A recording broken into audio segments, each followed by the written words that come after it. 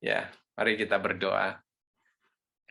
Tuhan, kami bersyukur dan berterima kasih karena kemurahan, karena berkat dan pimpinan Tuhan di dalam kehidupan kami, atas segala sesuatu yang telah Engkau lakukan, nyatakan, yang merupakan wujud kasih Tuhan kepada kami. Kami juga bersyukur malam ini kami boleh kembali mempelajari firman-Mu, dan kiranya Tuhan Engkau yang menerangi hati dan pikiran kami, supaya apa yang kami pelajari dapat kami terapkan di dalam kehidupan kami.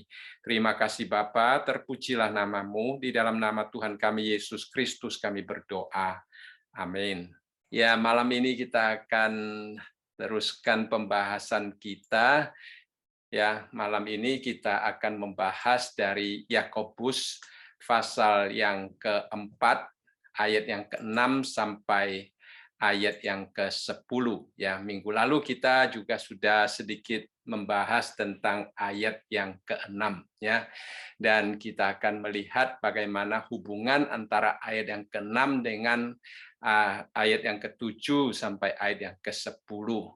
Kembali sedikit recap, kita melihat sepanjang surat ini ya, kita telah melihat ujian iman ya. Di dalam pasal yang pertama akan membawakan pemurnian daripada iman kita, akan menunjukkan tentang siapa kita, dan akan menunjukkan tentang kondisi iman kita, kondisi kerohanian kita. Lalu kemudian di dalam pasal yang kedua, kita juga melihat bagaimana iman yang sejati dapat menolong kita memperhatikan orang-orang yang miskin, orang-orang yang membutuhkan tanpa memandang muka, dan juga bagaimana kita menghasilkan perbuatan sesuai dengan iman kita, pengenalan kita akan firman Tuhan. Saya rasa itu adalah satu hal yang sangat penting sebagai umat percaya ya. Kemudian di dalam pasal yang ketiga,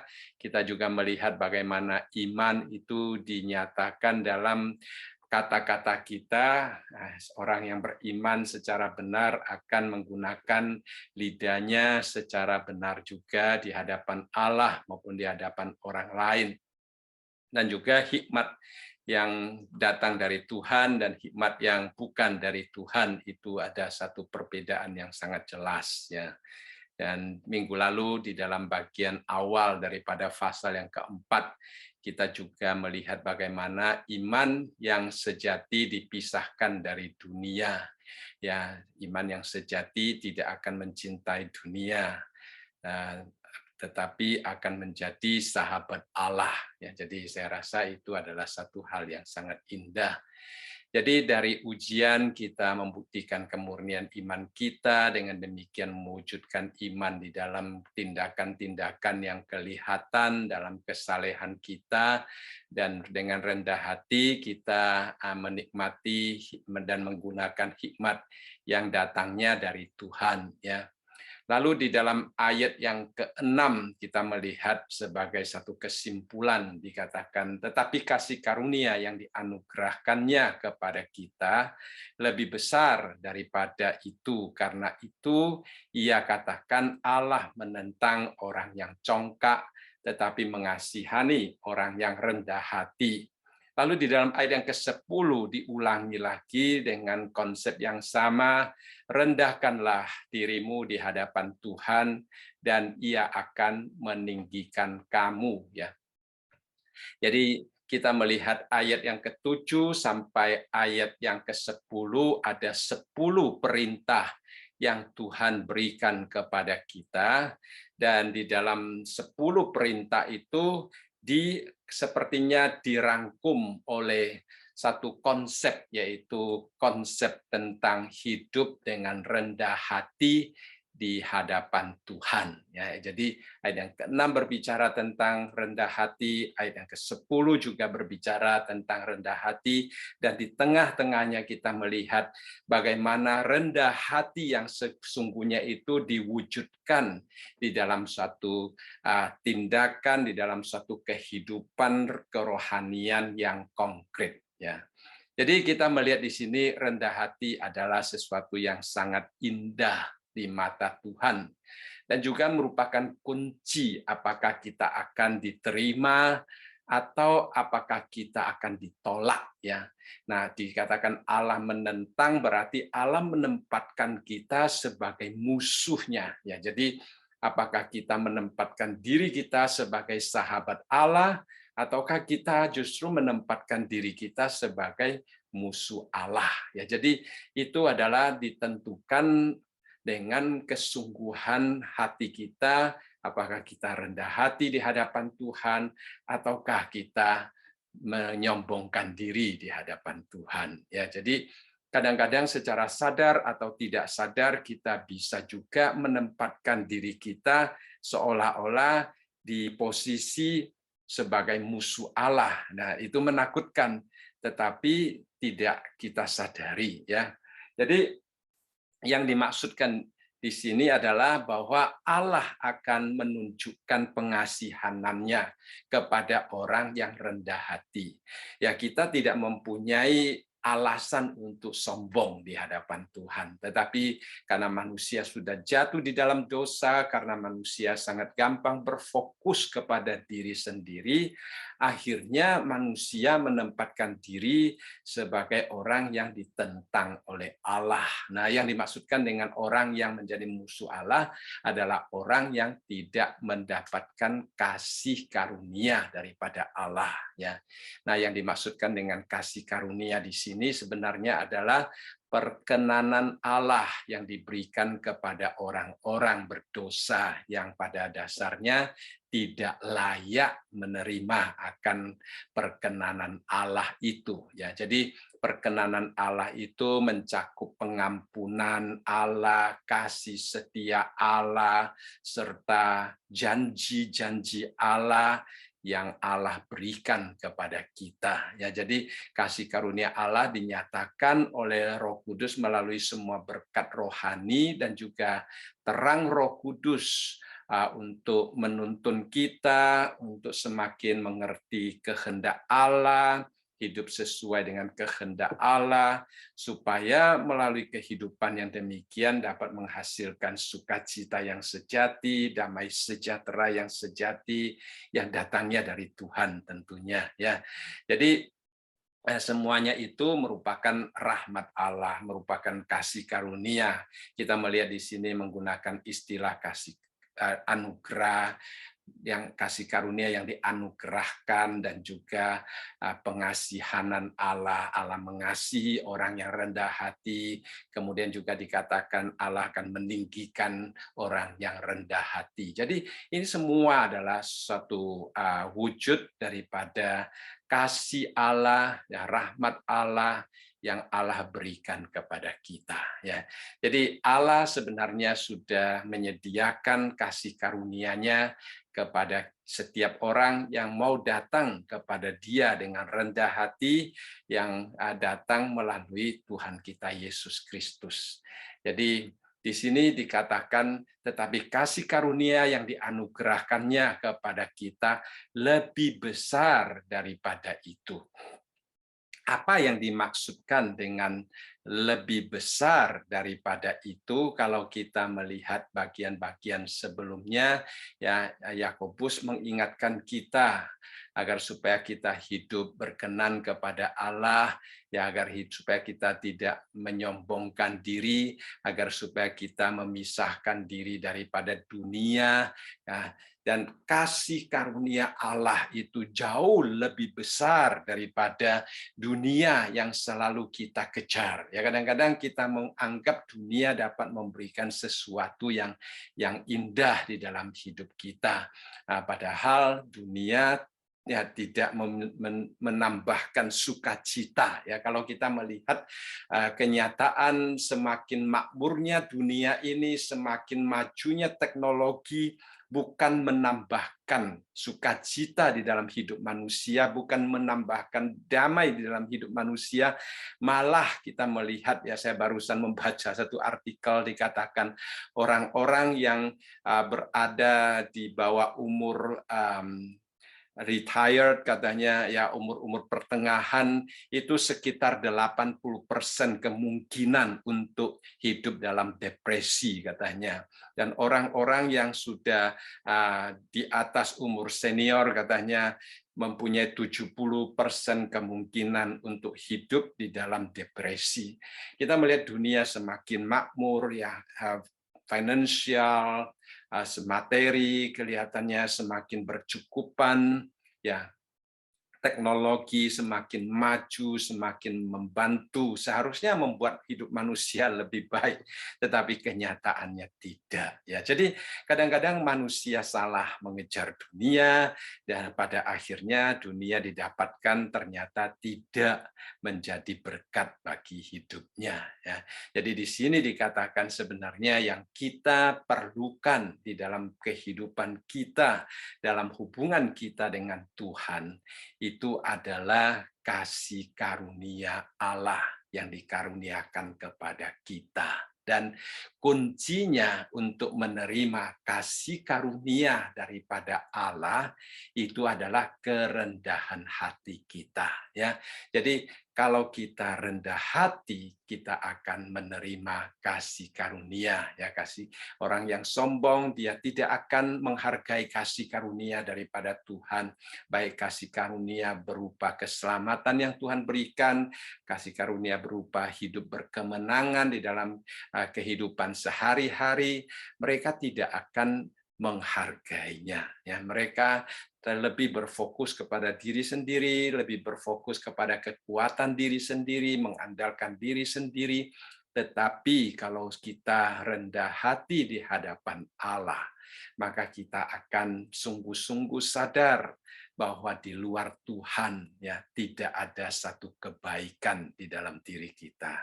Ya, di luar Tuhan tidak ada satu kekuatan di dalam diri kita yang boleh menolong kita hidup di dalam kemenangan, yang melayakkan kita untuk melakukan sesuatu untuk kemuliaan Tuhan. Kita tidak mampu, ya, kita tidak mampu. Hanya kalau kita hidup dengan rendah hati, kita baru melihat semuanya itu kekosongan yang ada di dalam diri kita, kepenuhan yang ada di dalam Tuhan, kepenuhan yang Tuhan ingin berikan kepada kita. Ya, itu adalah sesuatu hal yang penting.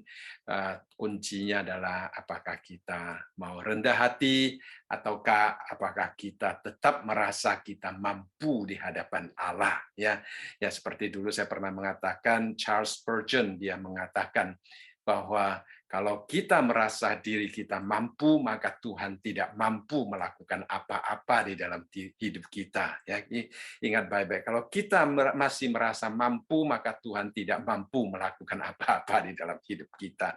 Hanya pada waktu kita sungguh-sungguh sadar bahwa tanpa Tuhan kita tidak dapat melakukan apa-apa, di situ Roh Tuhan akan bekerja dengan luar biasa di dalam hidup kita. Nah, kembali kita melihat di sini bahwa Yakobus mengingatkan kita, tetapi kasih karunia yang dianugerahkannya kepada kita lebih besar daripada itu. Karena itu ia katakan Allah menentang orang yang congkak, tetapi mengasihani orang yang rendah hati. Seorang penulis yang bernama Alec Motyer, ya, dia berkata demikian. Dia mengatakan, betapa menghiburnya ayat ini, ya. Ia memberitahu kita bahwa Tuhan tanpa lelah akan selalu berada di pihak kita. Dia tidak pernah goyah dalam mencukupi kebutuhan kita. Dia selalu memiliki lebih banyak kasih karunia. Dia tidak pernah kurang dari cukup, ya. Jadi dia akan memberi melebihi apa yang kita butuhkan di dalam hidup kita. Dia selalu memiliki lebih banyak dan lebih banyak untuk diberikan kepada setiap orang yang mau dengan rendah hati datang kepadanya.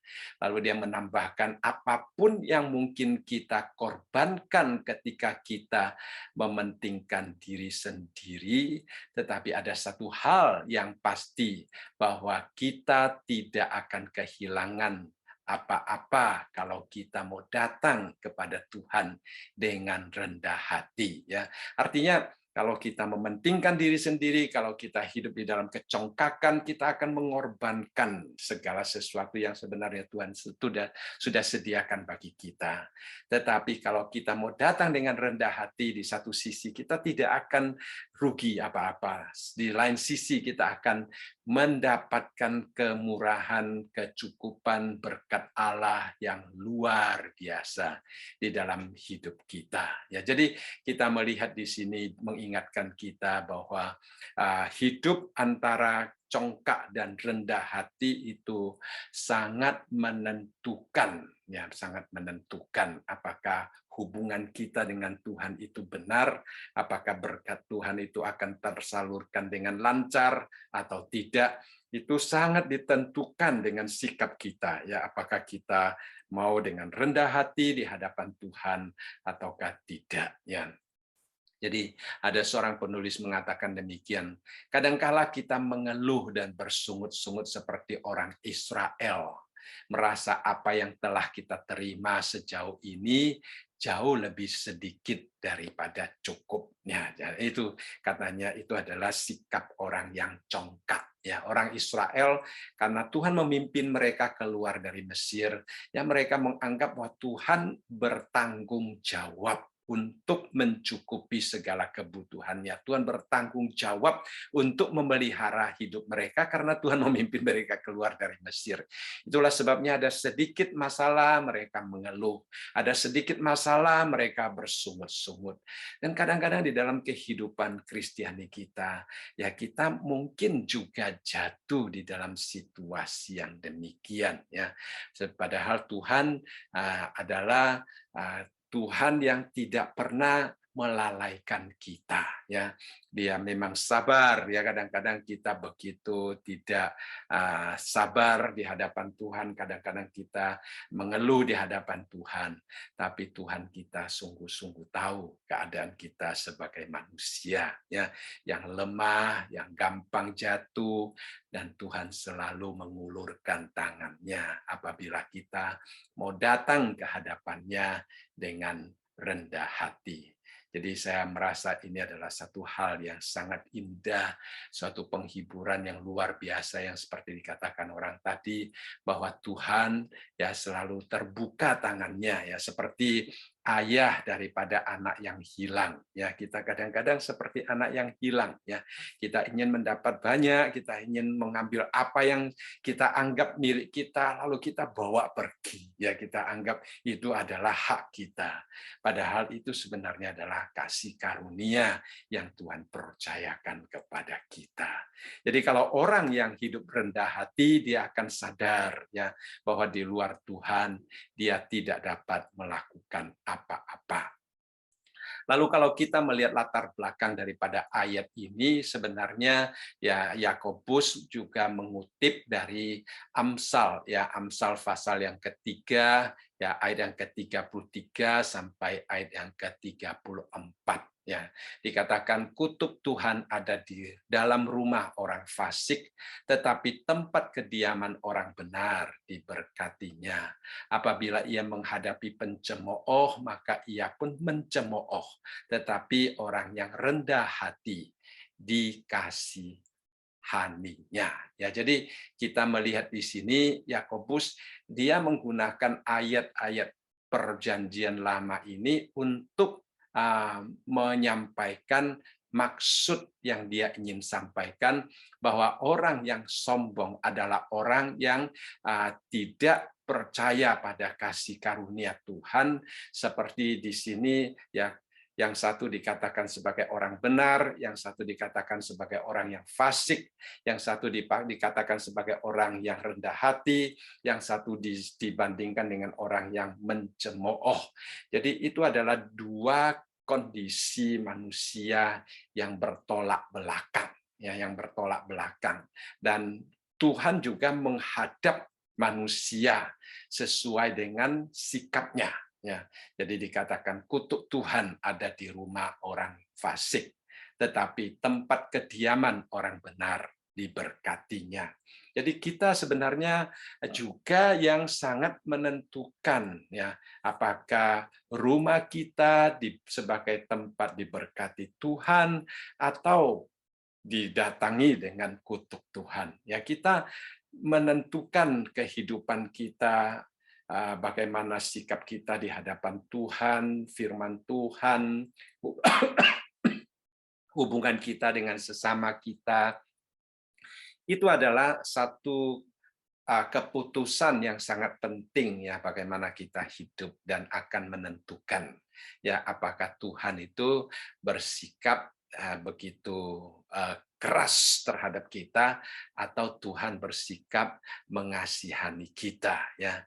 Kita melihat selain daripada kutuk Allah dan berkat Allah, kita melihat juga apakah kita ingin dihadapkan kepada Allah dengan sikap mencemooh ataukah dengan dikasihani. Ya, jadi di dalam ayat yang ke-33 dan ayat yang ke-34 itu memperbandingkan antara orang yang benar dengan orang yang salah.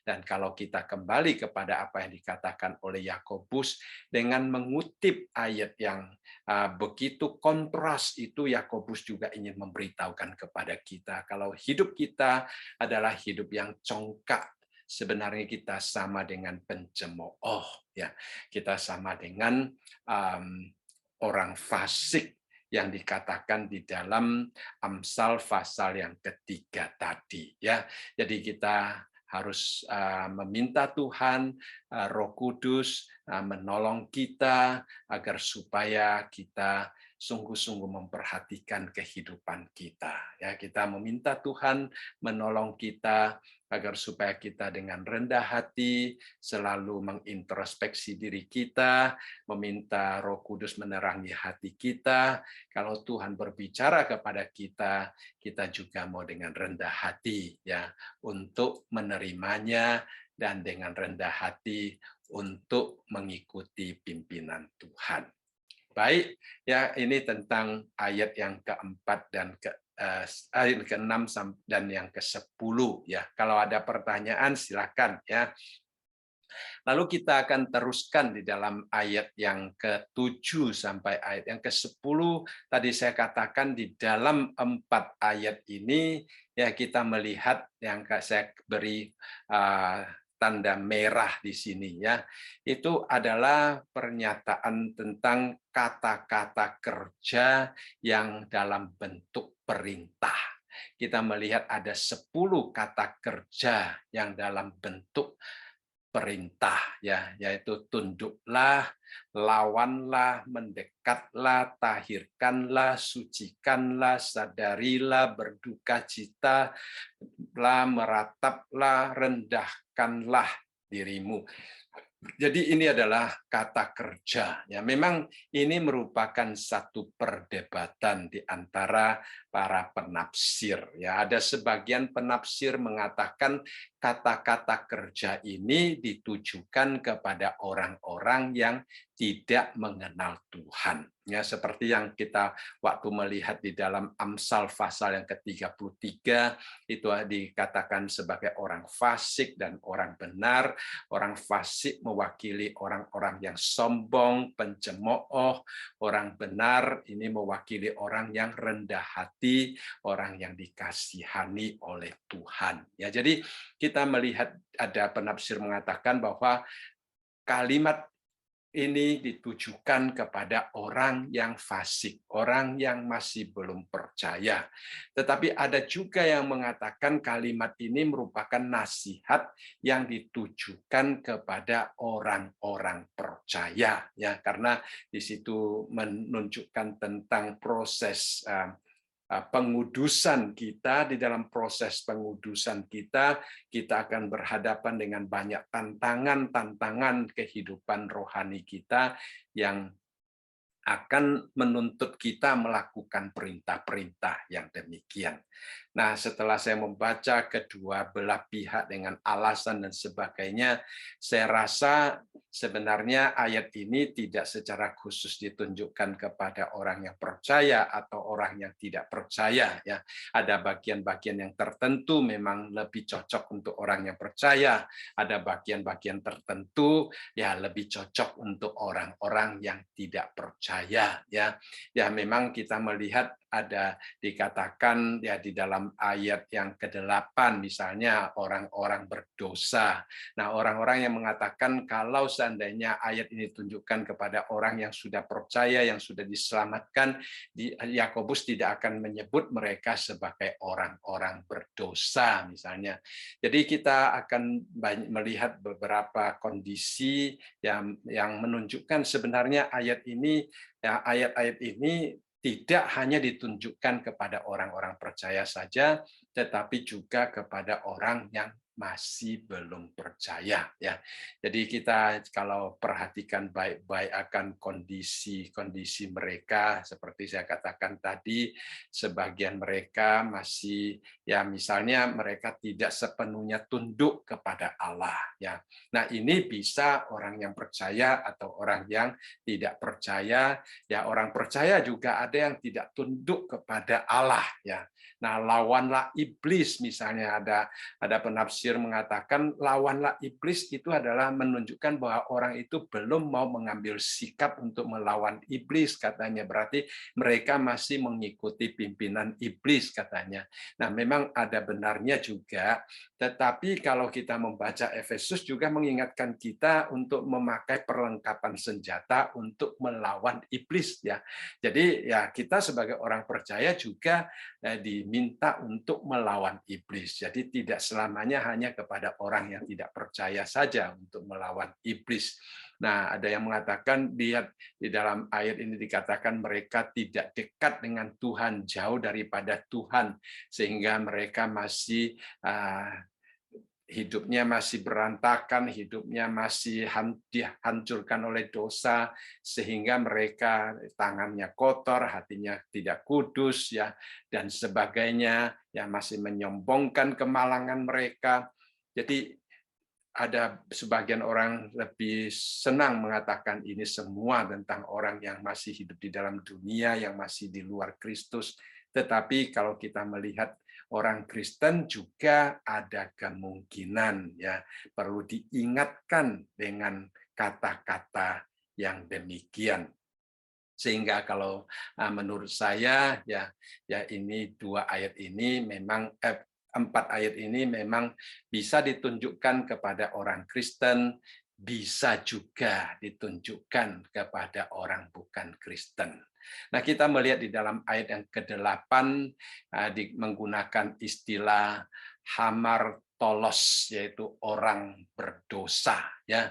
Nah, dalam Alkitab orang-orang berdosa memang seringkali juga ditunjukkan kepada orang-orang yang masih belum mengenal Tuhan, orang-orang fasik, orang-orang yang masih menentang Allah secara sengaja, menghina Tuhan Yesus. Dengan terang-terangan mereka melakukan kejahatan dan sebagainya, ya seperti yang dikatakan di dalam Mazmur pasal yang pertama, ya ayat yang pertama, 4 dan ke-5, di situ dikatakan berbahagialah orang yang tidak berjalan menurut nasihat orang fasik, yang tidak berdiri di jalan orang berdosa, dan yang tidak duduk dalam kumpulan pencemooh. Jadi kata-kata istilah ini kita melihat ada di dalam Yakobus, ya, fasik, berdosa, pencemooh, ya. Bukan demikian orang fasik, ya, mereka seperti sekam yang ditiupkan angin. Jadi artinya mereka tidak mempunyai dasar. Mereka adalah orang yang di luar Kristus, ya. Sebab itu orang fasik tidak akan tahan dalam penghakiman. Begitu pula orang berdosa dalam perkumpulan orang benar. Jadi dalam kalimat ini kita melihat orang berdosa itu memang lebih ditunjukkan kepada orang yang masih berada di luar Kristus, ya. Jadi di dalam ayat yang ke-8 itu memang sangat jelas kelihatannya untuk menasihati orang-orang untuk datang kepada Tuhan. Ya. Nah, di dalam Kejadian pasal yang ke-13 ayat yang ke-13 juga dikatakan ada pun orang Sodom dan Gomora, mereka sangat jahat dan berdosa terhadap Tuhan. Ya.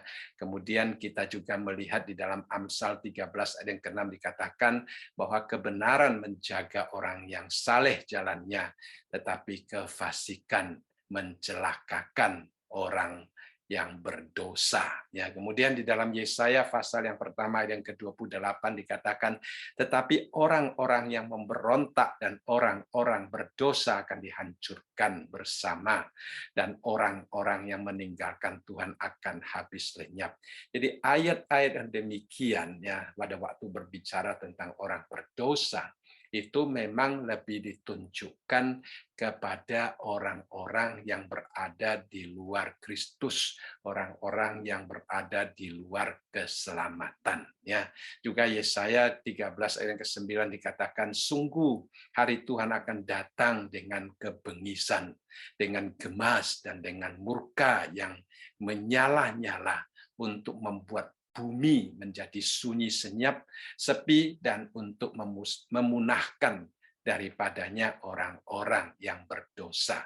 Jadi kita melihat di sini, ya, kalau berbicara tentang orang berdosa, itu adalah orang-orang yang akan dimusnahkan, ya, orang-orang yang akan dihadapkan dengan murka Allah yang menyala-nyala. Ya, jadi kita melihat di sini adalah satu ungkapan tentang mereka yang masih berada di luar keselamatan. Ya, nah, Matius pasal yang ke-9 ayat yang ke-13 dikatakan, jadi pergilah dan pelajarilah arti firman ini. Yang ku kehendaki ialah belas kasihan dan bukan persembahan, karena aku datang bukan untuk memanggil orang benar, melainkan orang berdosa. Jadi kata-kata itu adalah nasihat-nasihat Tuhan untuk orang-orang yang masih berada di luar keselamatan juga. Jadi ada orang mengatakan tujuan Yakobus adalah untuk orang-orang percaya, orang-orang Yahudi percaya. Jadi beberapa kalimat ini tidak ada hubungan dengan orang berdosa yang di luar keselamatan. Ya, itu bagian orang yang mengatakan bahwa ayat ini ditujukan kepada orang-orang Kristen saja. Tetapi kalau kita melihat Tuhan Yesus juga memanggil orang-orang berdosa seperti Sakyus, ya, dia dikatakan sebagai orang yang berdosa, ya, di luar keselamatan, dia bertemu dengan Tuhan. Bahkan orang-orang Yahudi pada waktu itu mereka menganggap Sakyus tidak layak untuk menerima Tuhan, untuk menumpang di rumahnya, sehingga pada waktu mereka melihat Tuhan Yesus datang ke rumah Sakyus, mereka bersungut-sungut. Ya, dikatakan mereka bersungut-sungut. Mengapa mereka bersungut-sungut? Karena mereka menganggap bahwa Sakyus orang yang begitu berdosa, apakah Tuhan tidak mengetahui bahwa dia itu begitu jahat, ya, bahwa itu melakukan begitu banyak hal yang tidak menyenangkan Tuhan, ya, sehingga mereka bersungut-sungut. Ya, jadi dari ayat-ayat ini kita melihat bahwa orang-orang berdosa yang dimaksudkan di dalam ayat yang ke-8 tadi itu bisa ditujukan kepada orang-orang yang masih berada di luar Kristus. Tetapi yang lain-lain juga, misalnya rendahkanlah dirimu di hadapan Tuhan dan Ia akan meninggikan kamu, ya. Jadi itu juga suatu nasihat bukan hanya kepada orang-orang di luar Kristus, tetapi orang-orang Kristen juga perlu melakukan demikian supaya kita diterima oleh Allah, kita dilayakkan untuk menerima berkat Allah. Ya, jadi pertama-tama kita melihat bahwa ayat-ayat ini bisa ditujukan kepada kita, juga bisa ditujukan kepada orang yang masih belum mengenal Tuhan. Itulah sebabnya kalau kita membahas beberapa ayat kata-kata perintah ini, mari kita juga mengintrospeksi diri kita, melihat apakah di antara 10 kata kerja ini ada kata-kata kerja yang sungguh-sungguh kita harus bekerja keras ya. Kadang-kadang kita harus bekerja keras untuk mengalahkan si aku kita ya, sehingga hidup kita seperti yang dikatakan di dalam ayat yang ke-6 tadi, sebagai orang yang menerima kasih karunia, pengasihanan Allah, dan juga yang seperti dikatakan di dalam ayat ke-10, Allah akan meninggikan kita. Ya, jadi ini adalah ayat-ayat yang sangat penting bagi kita. Baik, kita akan melihat satu persatu kata kerja tersebut ya. Kalau ada pertanyaan silakan ya. Jadi di dalam ayat yang ke-7 kita melihat dikatakan di sini, karena itu tunduklah kepada Allah dan lawanlah iblis, maka ia akan lari daripadamu. Jadi ini adalah suatu sikap yang benar. Ya, di satu sisi kita berkata iya kepada Tuhan, dan di lain sisi kita berkata tidak kepada iblis ya. Orang Kristen adalah orang yang seharusnya berkata iya kepada Tuhan dan yang berkata tidak kepada iblis ya. Kita tahu iblis adalah musuh yang terbesar orang beriman dan tidak dapat dikompromi ya. Kita harus mengetahui banyak trik-trik, banyak cara-cara, godaan-godaan yang diberikan, ditawarkan oleh iblis ya. Ada seorang mengingatkan kita dengan menggunakan ayat-ayat Alkitab yang mengatakan kalau menghadapi godaan iblis kita harus melarikan diri daripadanya ya, seperti Tuhan Yesus mengatakan jauhkanlah kami daripada pencobaan ya. Tetapi kalau kita berhadapan dengan iblis itu sendiri ya, Petrus juga mengingatkan kita jangan melarikan diri tetapi melawannya ya. Jadi itu adalah dua hal yang berbeda ya. Kalau iblis datang dengan godaan-godaan, kita melarikan diri daripada godaannya. Tetapi kalau kita berhadapan langsung dengan iblis, kita harus melawannya ya. Jadi itu adalah satu sikap yang harus kita miliki ya. Kalau kita tidak berkata iya kepada Tuhan, kita juga tidak mampu melawan iblis ya. Karena itu dua hal yang tidak dapat bereksis bersama-sama. Ya, kita tidak dapat memegang dua-duanya ataupun kita tidak dapat hidup sebagai netral ya. Karena kita harus tunduk kepada Allah ya. Kalau kita sungguh-sungguh tunduk kepada Allah, maka iblis tidak akan mempunyai kesempatan untuk menghancurkan kita. Kita melihat misalnya tentang kehidupan Ayub ya, iblis mau menghancurkan hidupnya, tetapi karena Ayub tunduk kepada Allah sepenuhnya, maka iblis tidak dapat melakukan apa-apa ya. Jadi kita dikatakan kita melawan iblis dan kita hidup tunduk sepenuhnya kepada Allah. Itu merupakan satu sikap yang benar sebagai orang percaya. Sikap yang kedua yang kita melihat di sini, ya kata kerja di sini, yang pertama dikatakan mendekatlah kepada Allah dan ia akan mendekat kepadamu ya. Jadi mendekat kepada Allah itu sebenarnya menunjukkan tentang keinginan, kerinduan di dalam hati kita untuk selalu bersekutu dengan Allah. Ya. Jadi kadang-kadang kita mempunyai passion di dalam hati kita, ya. Nah, kita mempunyai dorongan di dalam hati kita untuk melakukan sesuatu. Seorang yang sungguh-sungguh percaya, dia akan mempunyai dorongan untuk selalu dekat dengan Tuhan. Ya. Nah, kalau kita sungguh-sungguh mengasihi Tuhan, dorongan itu akan sangat jelas. Ya. Kita melihat pada waktu manusia jatuh di dalam dosa, dorongan itu tidak ada. Bukan hanya tidak ada, ya.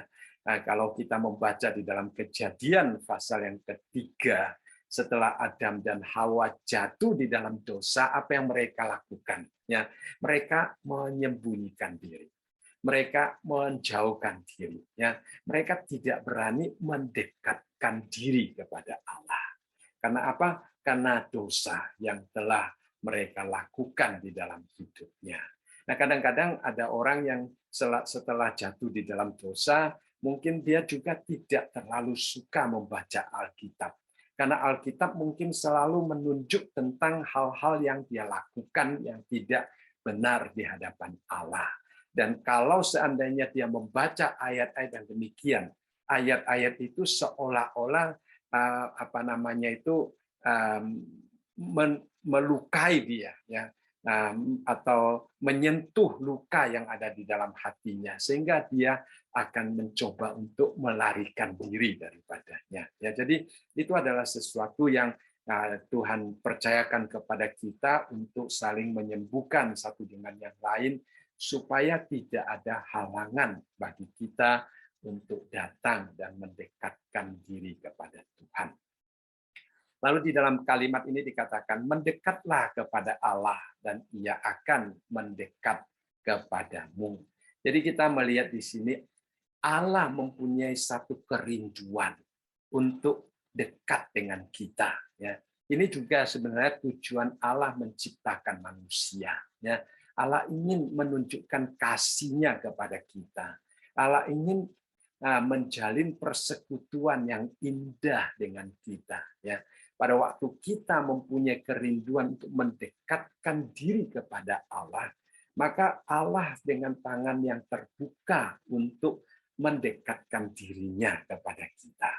Allah tidak pernah menolak orang yang mau mendekatkan diri kepadanya. Tetapi juga kalimat ini menunjukkan Allah memberikan kebebasan kepada kita. Apakah kita mau mendekatkan diri kepada Allah atau tidak?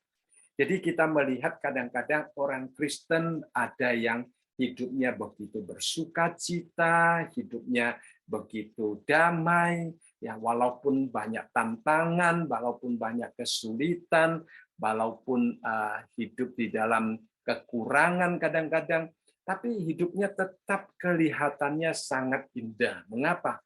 Karena dia mau mendekatkan diri kepada sumber damai, sumber sukacita. Ya, jadi Tuhan telah menjadi sumber segala sesuatu untuk memenuhi apa yang diperlukan di dalam hatinya, sehingga hatinya tidak dipengaruhi oleh situasi-situasi yang ada. Ya, kita takut tidak sama pandemi misalnya, ya, takut tidak mendengar tembakan-penembakan seperti yang baru saja terjadi, saudara sekalian, ya, 19 anak murid ditembak, saudara.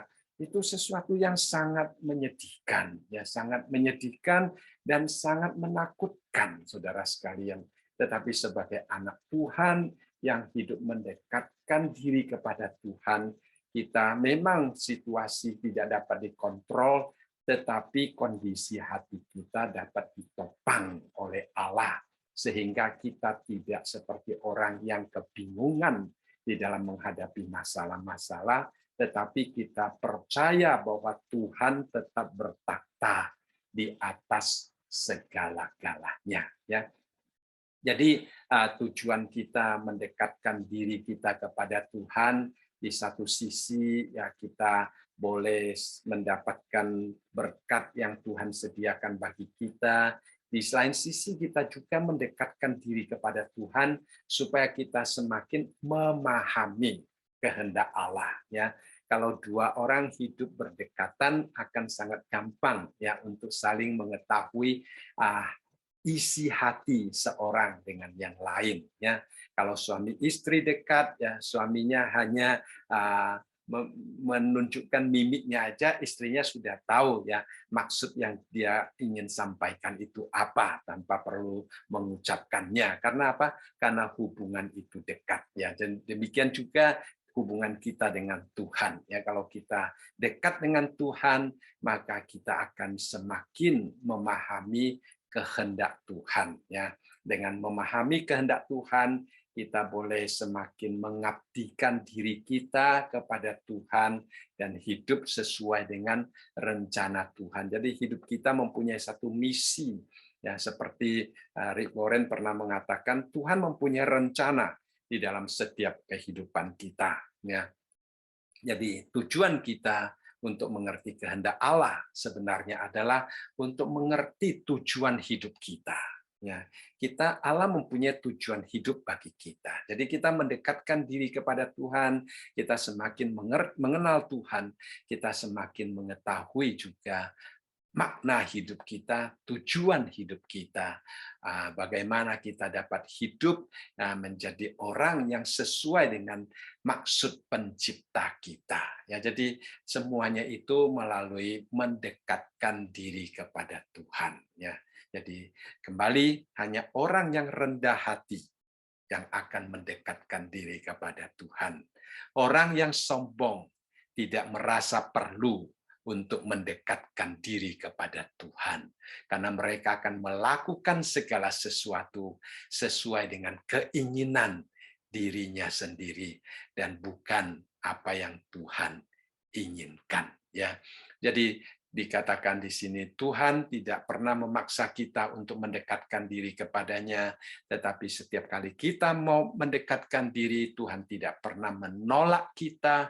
Bahkan Alkitab mengatakan Tuhan datang untuk mencari kita, untuk mencari orang berdosa. Ya, seperti khususnya dikatakan oleh Tuhan Yesus, ya, pada waktu Adam dan Hawa jatuh di dalam dosa, Tuhan datang mencari mereka dan bertanya, di manakah engkau? Ya, dan pada waktu Tuhan Yesus datang ke dalam dunia, Tuhan Yesus juga mengatakan anak manusia datang untuk mencari dan menyelamatkan orang berdosa. Jadi kita melihat di sini Tuhan bukan hanya terbuka untuk mendekatkan diri kepada kita, tetapi dia tidak mau memaksa kita untuk mendekatkan diri kepadanya. Dia datang mencari kita, dan kita boleh membuka hati kita untuk mendapatkan Tuhan. Kemudian kalimat yang kedua, tahirkanlah tanganmu, hai kamu orang-orang berdosa. Ya, tadi kita sudah membahas banyak tentang orang-orang berdosa, orang-orang yang tidak mengenal Allah, orang-orang yang hidupnya fasik. Tetapi juga ada orang Kristen yang masih belum sungguh-sungguh hidup di dalam kekudusan Tuhan. Ya, jadi kita juga perlu menahirkan tangan kita, ya. Menahirkan tangan kita artinya membersihkan tangan kita, ya, karena tangan kita dipakai untuk melakukan pelanggaran-pelanggaran, ya, seperti pada waktu kita belajar kitab Roma, khususnya di dalam Roma pasal yang ke-6 ayat yang ke-13 dikatakan kita mempersembahkan anggota-anggota tubuh kita kepada dosa untuk dipakai sebagai senjata kelaliman.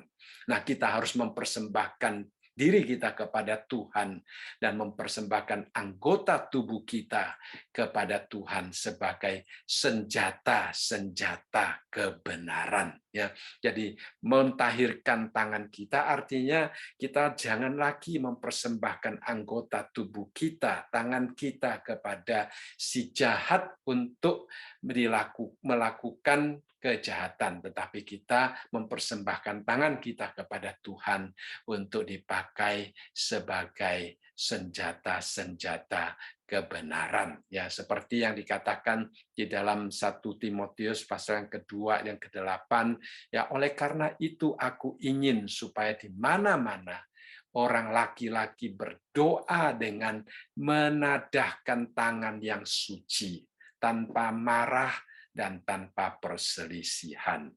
Nah, di sini dikatakan pada waktu kita berdoa, ya, orang Israel pada waktu berdoa suka menadahkan tangan, ya, dan dikatakan tangan yang ditadahkan, tangan yang diangkat ke hadapan Tuhan itu seharusnya tangan yang suci. Nah, bagaimana tangan yang suci? Dikatakan tanpa marah dan tanpa perselisihan. Ya, jadi kita melihat di sini, ya, kita Tuhan menginginkan kita yang datang mendekatkan diri kepadanya, ya, kita datang dengan tangan yang ditadahkan, tangan yang kudus di hadapan Allah. Jadi itu adalah satu hal yang penting ya. Kita tidak mendekatkan diri dengan tangan yang belum dikuduskan di hadapan Allah.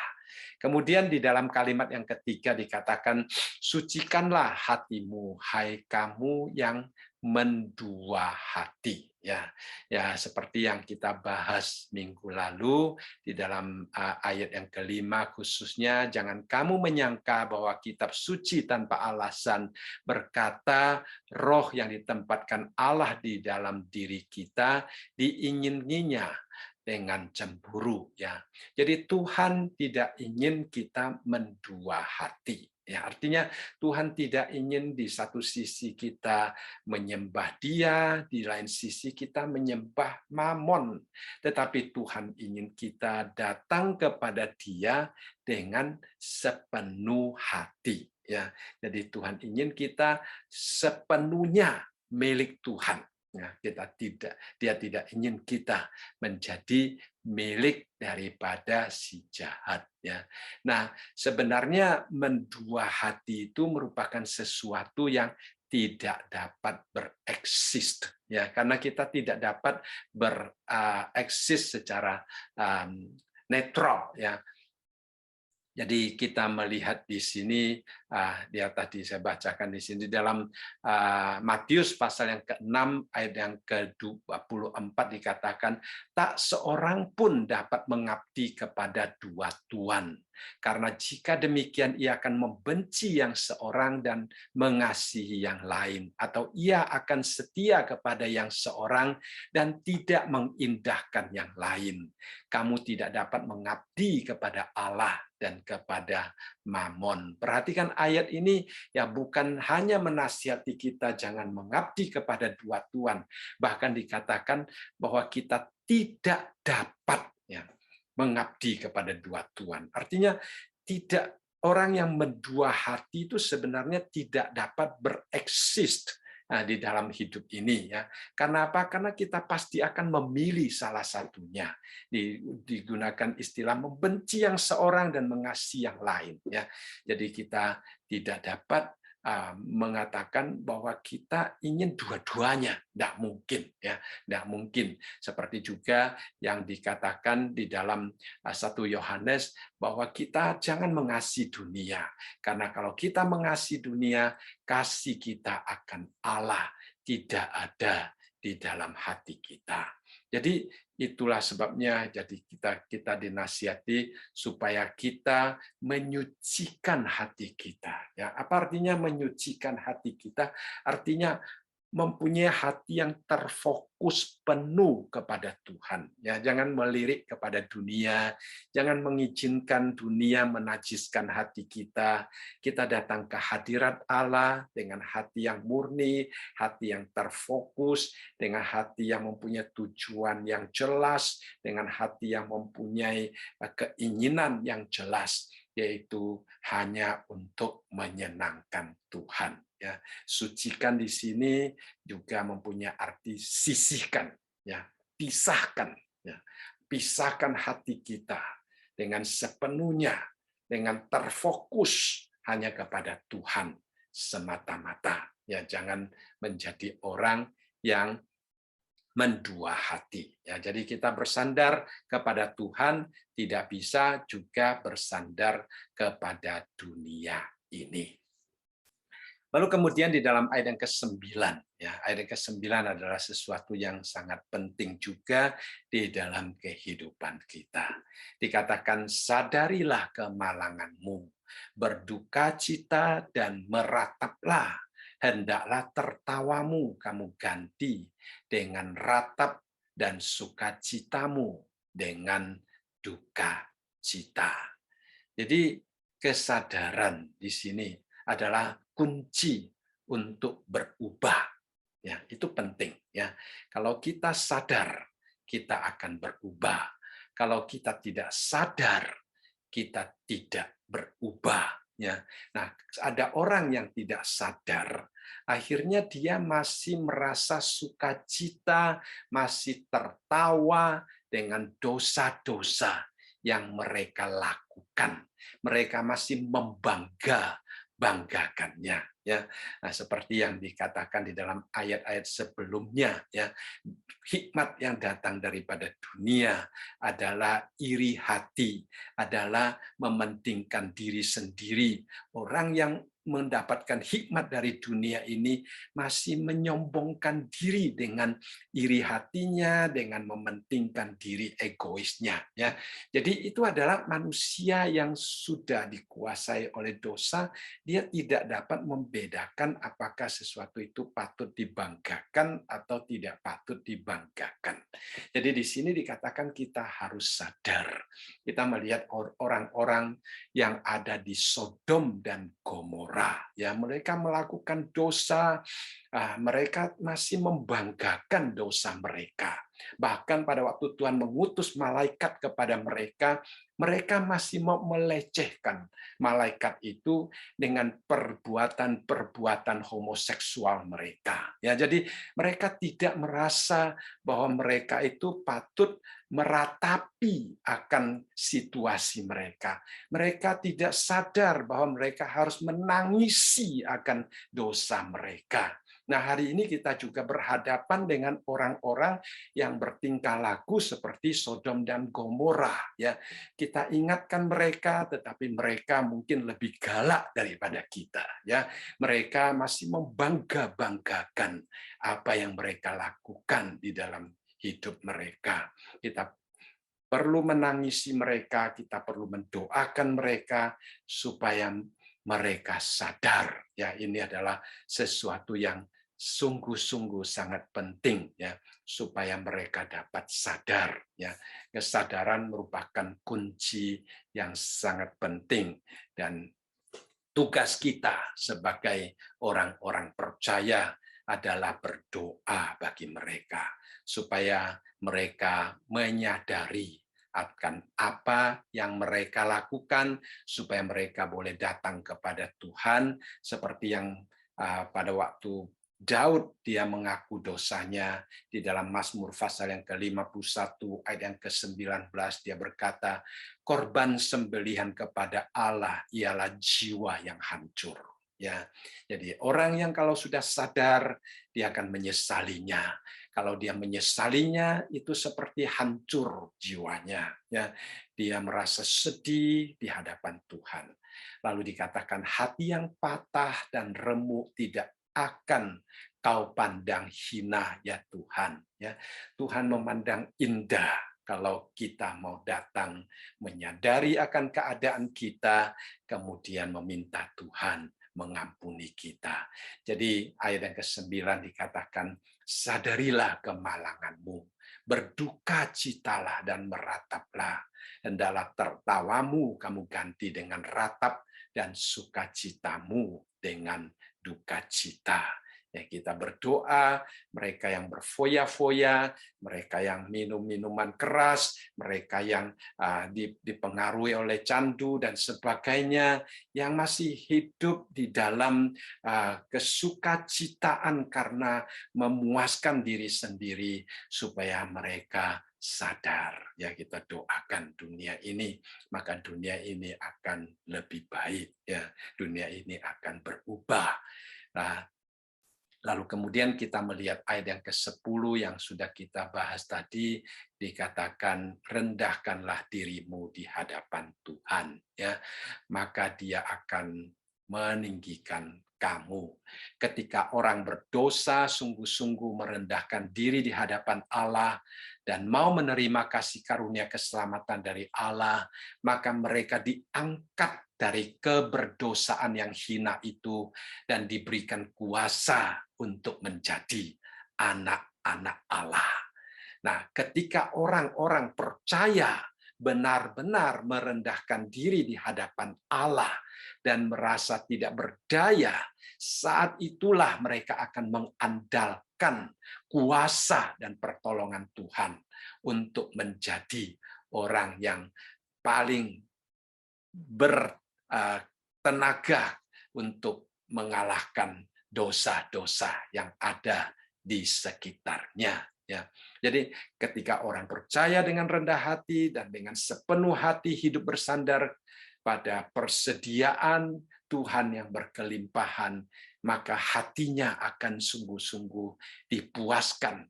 Hidupnya tidak akan mengalami kekurangan seperti Tuhan waktu memelihara, ya, waktu Tuhan Yesus mengajar kita jangan khawatir, dia mengatakan Tuhan memelihara burung di udara, apalagi kita sebagai anak-anaknya yang diangkat ya sebagai putra-putrinya, saudara sekalian. Ya, waktu saya sedang mempersiapkan PA ini di luar jendela kami tiba-tiba ada seekor burung terbang dan meloncat-loncat di atas pagar. Ya, saya melihat dia tanpa ada beban, dengan leluasa meloncat ke sana kemari, kemudian bersiul dengan suara yang begitu merdu, ya saudara sekalian. Lalu dalam hati saya teringat dengan apa yang Tuhan Yesus katakan. Lalu saya merasa seharusnya kita sebagai orang Kristen juga mempunyai ya keleluasaan yang demikian, ya, keleluasaan yang sungguh-sungguh sejati yang keluar dari kebebasan yang kita terima dari Tuhan pada waktu kita dibenarkan di hadapan Allah. Kemudian pada waktu kita dengan rendah hati bersandar kepada Tuhan, hidup kita akan seperti burung tersebut tanpa ada beban yang membebani hidup kita. Kita akan menunjukkan kepada dunia keindahan hidup sebagai anak-anak Tuhan yang selalu dipelihara, yang selalu ditopang dengan tangan Tuhan itu, ya. Jadi hidup kita tidak pernah akan berkekurangan, ya. Di dalam Sakaria pasal yang keempat ayat yang keenam, di situ dikatakan, maka berbicaralah ia, katanya, inilah firman Tuhan kepada Zerubabel, bunyinya, bukan dengan keperkasaan dan bukan dengan kekuatan, melainkan dengan rohku, firman Tuhan semesta alam.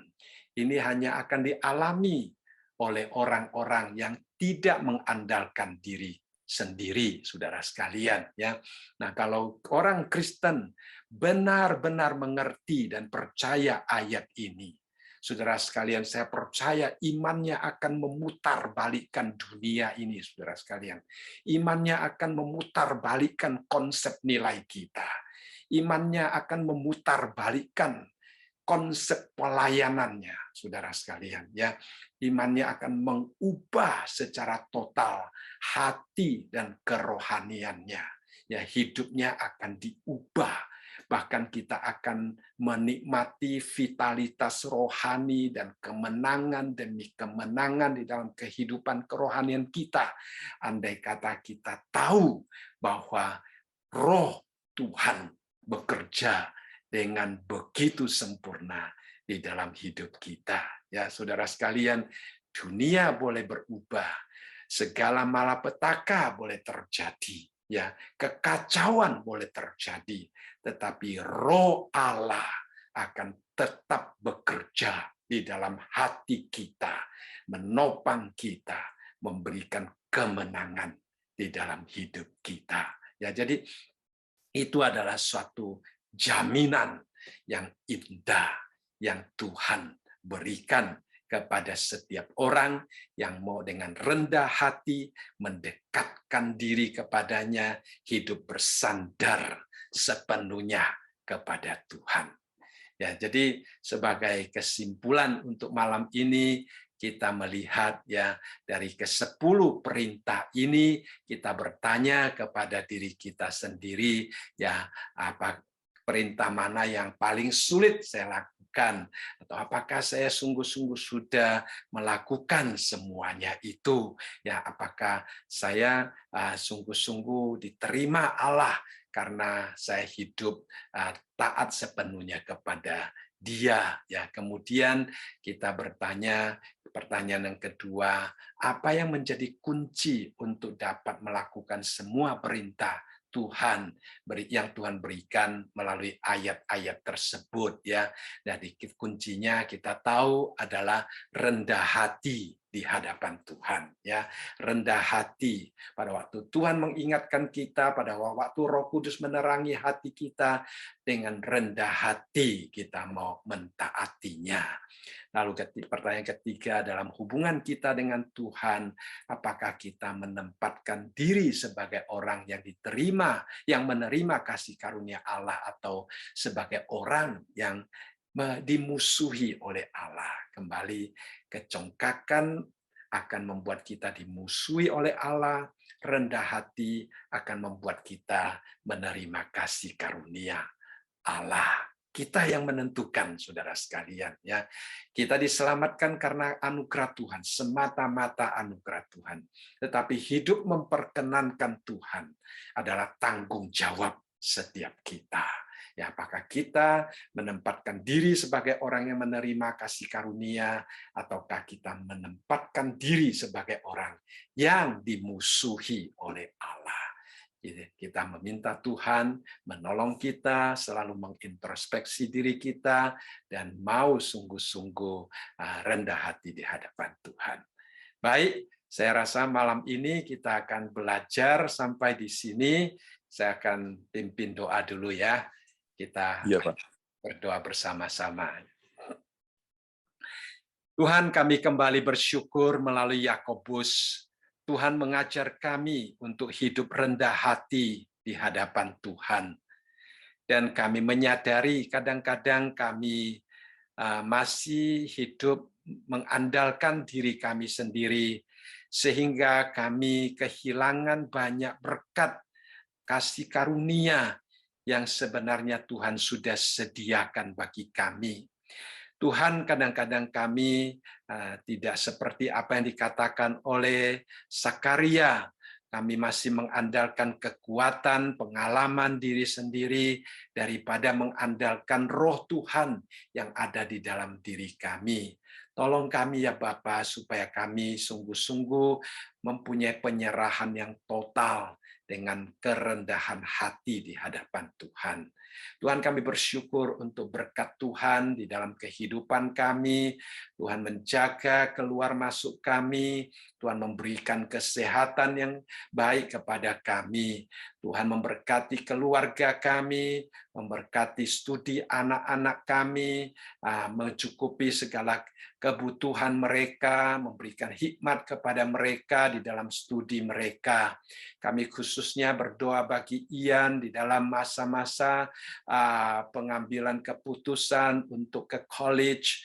Tuhan, kami berdoa dan menanti di hadapan Tuhan, karena kami percaya bahwa Tuhan menyediakan college yang terbaik bagi dia. Dia boleh ke universitas yang Tuhan sediakan, dibina, ditempa di sana untuk menjadi seorang anak yang dapat dipakai Tuhan dengan indahnya di kemudian hari. Terima kasih Bapa, terpujilah nama-Mu. Kami menyerahkan malam peristirahatan kami pada malam hari ini ke dalam tangan Tuhan. Kiranya Tuhan beserta dengan kami. Di dalam nama Tuhan kami Yesus Kristus kami berdoa. Amin.